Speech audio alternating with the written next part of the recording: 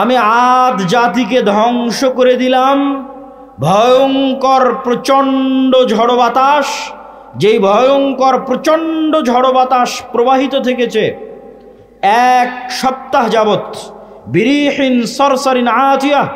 আর সেই ভয়ঙ্কর ঝড় বাতাসের অন্যতম আরেকটি বৈশিষ্ট্য হচ্ছে সে বাতাস ছিল প্রচণ্ড ঠান্ডা, প্রচণ্ড ঠান্ডা ভয়ঙ্কর ঝড় বাতাস যেই দিক দিয়ে গেছে সেই দিক দিয়ে গোড়া কাটা খেজুর গাছের মতো পড়ে গেছে। কি মানুষ, কি বিল্ডিং, কি দালান কোঠা, কি গাছপালা, বাতাসের তেজ যেদিক দিয়ে গেছে সেদিক দিয়ে গোড়া কাটা খেজুর গাছের ময়নায় পড়ে গেছে। আল্লাহ সুবহানাহু তাআলা এই আযাব এবং গজবের বর্ণনা পবিত্র কোরআন মাজিদে দিয়েছেন যে তিনি আদ জাতিকে এইভাবে ধ্বংস করেছেন। এবার সামুদ জাতিকে আল্লাহ সুবহানাহু ওয়া তাআলা কিভাবে ধ্বংস করলেন?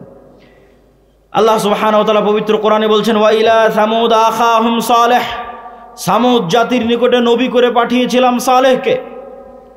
আদ জাতির নিকটে নবী করে পাঠানো হয়েছে হুদকে। কওমে নূহের নিকটে নবী করে পাঠানো হয়েছে নূহকে। কওমে লূতের নিকটে নবী করে পাঠানো হয়েছে লূতকে। আর সামুদ জাতির নিকটে নবী করে পাঠিয়েছি সালেহকে। সালেহ গিয়ে বলল, ইয়া কওমি ইবুদুল্লাহ মা লাকুম মিন ইলাহিন গায়রুহ, হে আমার সম্প্রদায় আল্লাহর ইবাদত কর। আল্লাহ ব্যতীত পৃথিবীতে ইবাদতের যোগ্য আর কোনো সত্য মাবুদ, সত্য সত্তা নাই। আর আমি সালেহ আল্লাহর নিদর্শন স্বরূপ তোমাদের জন্য নিয়ে এসেছি একটা উটনি, নাকাতুল্লাহ, হাদিহি নাকাতুল্লাহ, এই যে আল্লাহর উটনি নিদর্শন স্বরূপ নিয়ে এসেছি। ফাদারুহা তাকুলু ফি আরদিল্লাহ, এই উটনির তোমরা কোনো ক্ষতি করার চেষ্টা করিও না। যদি এই উটনির ক্ষতি করার চেষ্টা করো ফায়াখুযাকুম আযাবুন আলীম, ভয়ঙ্কর শাস্তি তোমাদেরকে গ্রাস করবে। আর এই উটনির জন্য কি, বেশি কিছু না। হাদিহি নাকাতুন লাহা শিরবুন ওয়ালাকুম শিরবু ইয়াউমিন মা'লুম, 6 দিন তোমাদের উটনি কুয়াতে পানি পান করবে, আর এই উটনি একদিন কুয়ায় পানি পান করবে। যেই দিন এই উটনি একদিন কুয়ায় পানি পান করবে সেই দিন এই উটনির এত পরিমাণ দুধ হবে, যেই দুধ নিয়ে সমগ্র সামুদ সম্প্রদায়, আত্মীয় স্বজন, পাড়া প্রতিবেশী, গরু ছাগল বাছুর পশু প্রাণী মিলে সেই দুধ দহন করে শেষ করতে পারবে না। এই নিয়ামত আল্লাহ তাদেরকে দিয়েছিলেন, এই নিদর্শন আল্লাহ তাদেরকে দিয়েছিলেন, কিন্তু তাদের অন্তরে অহংকার পেয়ে বসেছিল। তাদের অন্তরে কীরকম অহংকার পেয়ে বসেছিল আল্লাহ সুবহানাহু ওয়া তাআলা পবিত্র কোরআন মাজিদে তাদের এই বর্ণনা দিচ্ছেন, তাদের এই অহংকারের বর্ণনা দিচ্ছেন। ফাআকারুন নাকাহ ওয়া আতাউ আন আমরি রাব্বিহিম, তারা আল্লাহর এই নিদর্শনকে উপেক্ষা করতো, উটনির পা কেটে নিল। শুধু কি উটনির পা কেটে নিল? উটনির পা কেটে নিয়ে এসে সালেহ আলাইহিস সালাতু ওয়াস সালামকে বলছে, ইয়া সালেহ ইতিনা বিমা তাইদুনা ইন কুনতা মিনাল মুরসালিন। সালেহ, তুমি তো খুব বড় বড় লেকচার দিতে যে এই উটনির ক্ষতি করলে নাকি আল্লাহর আযাব আসবে, নেও তোমার উটনির পা কেটে দিয়েছে, আল্লাহর আযাব কোথায় নিয়ে আসো। বলেন নাউজুবিল্লাহ। আল্লাহর আযাব তারা নিজেদের জন্য চেয়ে নিল, পরীক্ষায় ফেল করলো। এবার আল্লাহ সুবহানাহু ওয়া তাআলা তাদের আযাবের বর্ণনা দিচ্ছেন পবিত্র কোরআন মাজিদে, যে আল্লাহ সুবহানাহু ওয়া তাআলা তাদেরকে কিভাবে ধ্বংস করেছেন। আল্লাহ সুবহানাহু ওয়া তাআলা তাদেরকে ধ্বংসের বর্ণনা দিতে গিয়ে বলেন, ফাআখাযাতহুমুর রাজফাহ ফাআসবাহু ফি দারিহিম জাসিমিন, আমি সামুদ সম্প্রদায়কে ধ্বংস করেছি বিকট আওয়াজ দিয়ে। কি ভয়ঙ্কর বিকট আওয়াজ! এমন ভয়ঙ্কর বিকট আওয়াজ যে ফাআখাযাতহুমুর রাজফাহ, এমন ভয়ঙ্কর বিকট আওয়াজ যে ফাআসবাহু ফি দারিহিম জাসিমিন, যে যে অবস্থায় ছিল ওই অবস্থায় থেকে গেছে কিন্তু মারা গেছে। যে যে অবস্থায় ছিল, কেউ হয়তো 1 কাপ চা মুখে নিয়ে চায়ের পেয়ালা কাছে ধরেছিল, এই সময় ভয়ঙ্কর বিকট আওয়াজ চলে এসেছে, চায়ের পেয়ালা ওভাবে ধরেই থেকে গেছে, পৃথিবী থেকে বিদায় নিয়ে চলে গেছে ভয়ঙ্কর বিকট আওয়াজে। কেউ হয়তো দৌড়াচ্ছিল, দৌড়ানো অবস্থায় থেকে গেছে, কেউ বসা ছিল, বসা অবস্থায় থেকে গেছে। যে যে অবস্থায় ছিল, লা তাতাহাররাকুল আজসাদ, পুরো একটা জাতি একদিনে 1 সেকেন্ডে 1 বিকট আওয়াজে স্থির অবস্থায় পৃথিবী থেকে ধ্বংস হয়ে গেছে। আল্লাহ বর্ণনা দিচ্ছেন পবিত্র কোরআন মাজিদে এই সামুদ জাতির ধ্বংসের বর্ণনা। আদ জাতির ধ্বংসের বর্ণনার সাথে আজকের আমেরিকার লস এঞ্জেলসে যা চলতেছে কিছুই না, ন্যূনতম, অতি নগণ্য।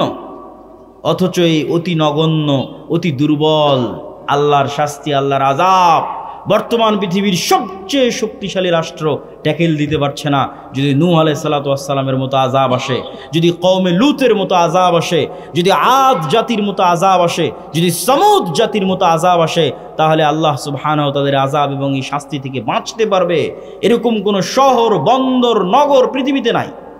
এবং এটার চ্যালেঞ্জ আল্লাহ পবিত্র কোরআন মাজিদে দিয়েছেন। আল্লাহ বলছেন, আফা আমিনা আহলুল কুরা আইয়াতিয়াহুম বাসুনা বায়াতাম ওয়া হুম নাইমুন। শহর ও গ্রামবাসী, বন্দরবাসী কি নিজেকে নিরাপদ মনে করে নিয়েছে যে আর আল্লাহর আযাব আসবে না? এখন অত্যাধুনিক প্রযুক্তি, তাই বৃষ্টি কখন হবে জানা যায়, ঝড় কখন হবে জানা যায়, ভূমিকম্প কখন হবে জানা যায়। সকল আশ্রয় কেন্দ্র আছে, পুনর্বাসন কেন্দ্র আছে, ফায়ার সার্ভিস আছে।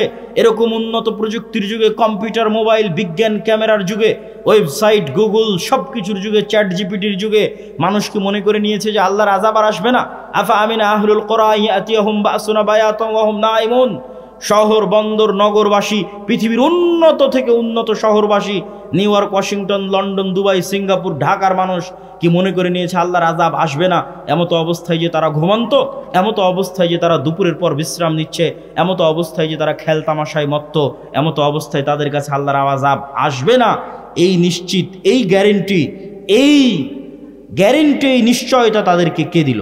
সম্মানিত উপস্থিতি, আল্লাহ সুবহানাহু ওয়া তাআলা পবিত্র কোরআন মাজিদের এই সারমর্ম, এই সামারি বলার মাধ্যমে আপনাদের সামনে এতটুকুই, বক্তব্যের এই প্রথম অংশে এতটুকু তুলে ধরতে চেয়েছি যে আল্লাহর আযাব এবং আল্লাহর গজব থেকে পৃথিবীতে কেউ মুক্ত নয়। আল্লাহর আযাব এবং গজবের ভয়ে থাকতে হবে। বক্তব্যের দ্বিতীয় অংশ হচ্ছে ইসলামের সামগ্রিক বিজয় কিভাবে সম্ভব। ইসলামের সামগ্রিক বিজয় কিভাবে সম্ভব, এই পয়েন্টে বাংলাদেশের প্রায় সব জায়গায়, সব ইউনিভার্সিটি, কলেজ, যেখানে যেখানে যাওয়ার সুযোগ হচ্ছে, সম্ভব হচ্ছে, সেখানে আলোচনা তুলে ধরছি। আপনাদের কাছেও তুলে ধরা দরকার, কেননা আমাদের মধ্যে অনেক মানুষ মনে করছে যে হ্যাঁ, গণতান্ত্রিক নির্বাচনের মাধ্যমে আমি রাষ্ট্র ক্ষমতায় ইসলাম প্রতিষ্ঠা করব। আবার কেউ মনে করছে যে না, এইভাবে ওইভাবে রাষ্ট্র ক্ষমতায় ইসলাম প্রতিষ্ঠিত হবে। আসলে রাষ্ট্রে ইসলাম প্রতিষ্ঠিত হওয়া বলতে কি বুঝায়, এই জিনিসটা আগে আমাকে এবং আপনাকে বুঝতে হবে। রাসূলুল্লাহ সাল্লাল্লাহু আলাইহি ওয়াসাল্লাম এক হাদিসে বলছেন, কিয়ামতের পূর্ব মুহূর্তের নিকটবর্তীর বর্ণনা দিতে গিয়ে বলছেন, লা তাকুমুস সাআহ হাত্তা ইয়ানজিলা ঈসা ইবনে মারইয়াম। কিয়ামত ততক্ষণ পর্যন্ত হবে না যতক্ষণ না মারিয়ামের সন্তান ঈসা পৃথিবীতে নেমে না আসে। আর মারিয়ামের সন্তান ঈসা পৃথিবীতে নেমে এসে কি করবে জানো? মারিয়ামের সন্তান ঈসা পৃথিবীতে নেমে এসে ইয়াকসিরুস সালিব, ক্রুশ ভেঙে দিবে, ওয়া ইয়াকতুলুল খিনজির, শুকুরকে হারাম ঘোষণা করবে, আর সমগ্র পৃথিবীতে হাকামান মুকসিতা, ন্যায় বিচার প্রতিষ্ঠা করবে। এটা হলো রাষ্ট্রে ইসলামের ব্র্যান্ডিং। যে ঈসা আলাইহিস সালাতু ওয়াস সালামের যে শাসন ব্যবস্থা হবে, ওই শাসন ব্যবস্থা ইসলামী শাসন ব্যবস্থা না অন ইসলামিক শাসন ব্যবস্থা? ইসলামী শাসন ব্যবস্থা। তো ইসলামী শাসন ব্যবস্থার ব্র্যান্ডিং করছেন আল্লাহর নবী, যে ঈসা আলাইহিস সালাতু ওয়াস সালাম যতক্ষণ না আসবে কিয়ামত হবে না। উনি আসবেন, এসে কি করবেন? সমগ্র পৃথিবীতে ন্যায় বিচার প্রতিষ্ঠা করবেন। তাহলে ইসলামী শাসন ব্যবস্থার ব্র্যান্ডিং হচ্ছে ন্যায় বিচার। ইসলামী শাসন ব্যবস্থার ব্র্যান্ডিং হচ্ছে। আজকের যুগের আমরা মুসলমানেরা নিজেরাই তো ন্যায়পরায়ণ নই, সত্যবাদী নই, তো রাষ্ট্রে কিভাবে ন্যায় বিচার প্রতিষ্ঠা করব? ঈসা আলাইহিস সালাম যদি তার নিজের ব্যক্তিগত জীবনে ন্যায়পরায়ণ না হয়, উনি কি রাষ্ট্রের ন্যায় বিচার প্রতিষ্ঠা করতে পারবে? আপনাকে আমি উদাহরণ দিয়ে বলি, কাপাসিয়া, টোক, গাজীপুরের মানুষ খুব ভালোভাবে জানেন। আপনি আপনার পাড়া প্রতিবেশী, আশেপাশের অঞ্চল কি হানাফি কি আহলে হাদিস, একটু নজর দিয়ে দেখেন, নজর বুলিয়ে দেখেন যে বাবার মৃত্যুর পর কতজন ভাই তার বোনকে পিতার সম্পত্তিতে ন্যায্য হিস্সা ন্যায়ের সাথে, ন্যায় পরায়ণতার সাথে বুঝিয়ে দিয়েছে, ন্যায়ের সাথে। একে তো আছে দেয়নি, আর এক দল আছে যদি দিয়ে থাকে তাহলে সবচেয়ে দামি জমিটা নিজে নিয়েছে, আর বিলের মধ্যে পানিতে ডুবে থাকা জমিটা বোনকে দিয়েছে। এটা কি ন্যায় হয়েছে? ন্যায় হয়নি, অন্যায় হয়েছে। এবার বলেন, এই মুসলমান, যেই মুসলমান নিজেকে মুসলিম বলে দাবি করছে, সে ন্যূনতম তার পরিবারে তার রক্তের সম্পর্কের বোনকে আল্লাহর দেওয়া সম্পত্তি ন্যায়ের সাথে বুঝিয়ে দিতে পারেনি। ওই মুসলমানকে যদি আমি আজকে রাষ্ট্রের দায়িত্ব দিই, 16 বছর যা দুর্নীতি হয়েছে ও তার কয়েক গুণ বেশি দুর্নীতি করবে। 16 বছর যা জুলুম হয়েছে ও তার চেয়ে বেশি জুলুম করবে, কেননা সে তার পরিবারে তার বোনের সাথে ন্যায় প্রতিষ্ঠা করতে পারেনি। কেমনে সম্ভব যে সে রাষ্ট্রের দায়িত্ব বলে রাষ্ট্রের ন্যায় বিচার প্রতিষ্ঠা করবে? উদাহরণ 2, আপনাদের এই কাপাসিয়া টোক গাজীপুর অঞ্চলের মানুষ মিলিয়ে দেখেন, এরকম অসংখ্য জায়গায় বিবাহ হচ্ছে যেখানে মুসলিম মেয়ের বিবাহ হচ্ছে যৌতুকের ভিত্তিতে। যৌতুক নিচ্ছে কে? মুসলমান যৌতুক নিচ্ছে, মুসলিম সন্তান, মুসলিম যুবক, মুসলিম পিতা যৌতুক নিচ্ছে। বিবাহে উপস্থিত আছে হাজি, নামাজি, আলেম, আলহাজ, ওমরাকারী, দানবীর, কাজী, এমন কে নাই যে বিবাহে উপস্থিত নাই? সবাই মুসলমান, সবাই আল্লাহওয়ালা, সবার দাড়ি টুপি আছে, সবার চোখের সামনে একটা মেয়ের সাথে এবং একটা মেয়ের পরিবারের সাথে অন্যায় হচ্ছে। কি হচ্ছে? কথা বলেন না কেন? কি হচ্ছে? অন্যায় হচ্ছে। আপনি নিশ্চিত থাকেন, এই যে যুবক তার স্ত্রীর কাছে যৌতুক নিয়েছে, এই যে ছেলের পরিবার যে ওই মেয়ের পরিবারের থেকে যৌতুক নিয়েছে, আর ওই বিবাহে যত মুসলমান উপস্থিত হয়েছে, এদেরকে আজ এখন যদি রাষ্ট্রের দায়িত্ব দেওয়া হয় তো গত 16 বছর যা দুর্নীতি হয়েছে আর একদিনে তার চেয়ে বেশি দুর্নীতি হবে।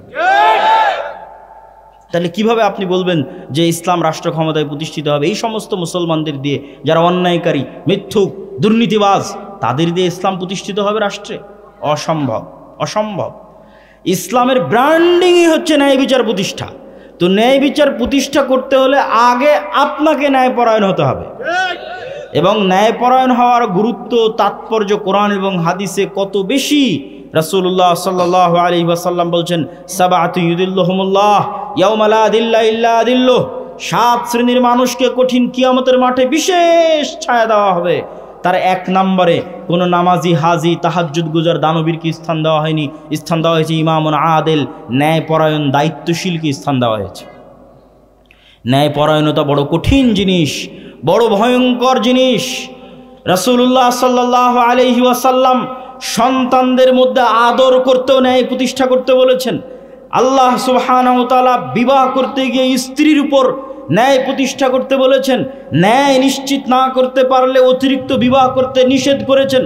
আল্লাহ সুবহানাহু ওয়া তাআলা ন্যায়ের আদেশ দিতে গিয়ে বলেন, ইন্নাল্লাহা ইয়া'মুরুকুম বিল আদল, আল্লাহ তোমাদেরকে ন্যায়ের আদেশ দিচ্ছে।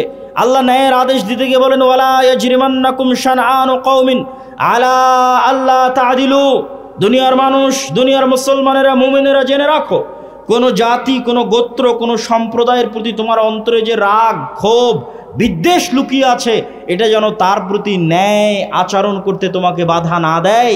এটাই তাকওয়া, ন্যায়পরায়ণ হওয়াই তাকওয়া। কেননা আল্লাহ নিজে ন্যায়পরায়ণ, পৃথিবীতে যত নবী রাসূল পাঠিয়েছেন সব ন্যায়পরায়ণ। আর আপনি মুসলমানদের বাড়ি ঘর, রাষ্ট্র, পরিবার, ফ্যামিলি, ইসলামী দল, ইসলামী আন্দোলন, ইসলামী সংগঠন, মসজিদ, মাদ্রাসা, যেখানে যাবেন বাহ্যিক রিচুয়ালস আছে, বাহ্যিক আনুষ্ঠানিকতা আছে, নাই তো কি নাই? ন্যায় নাই।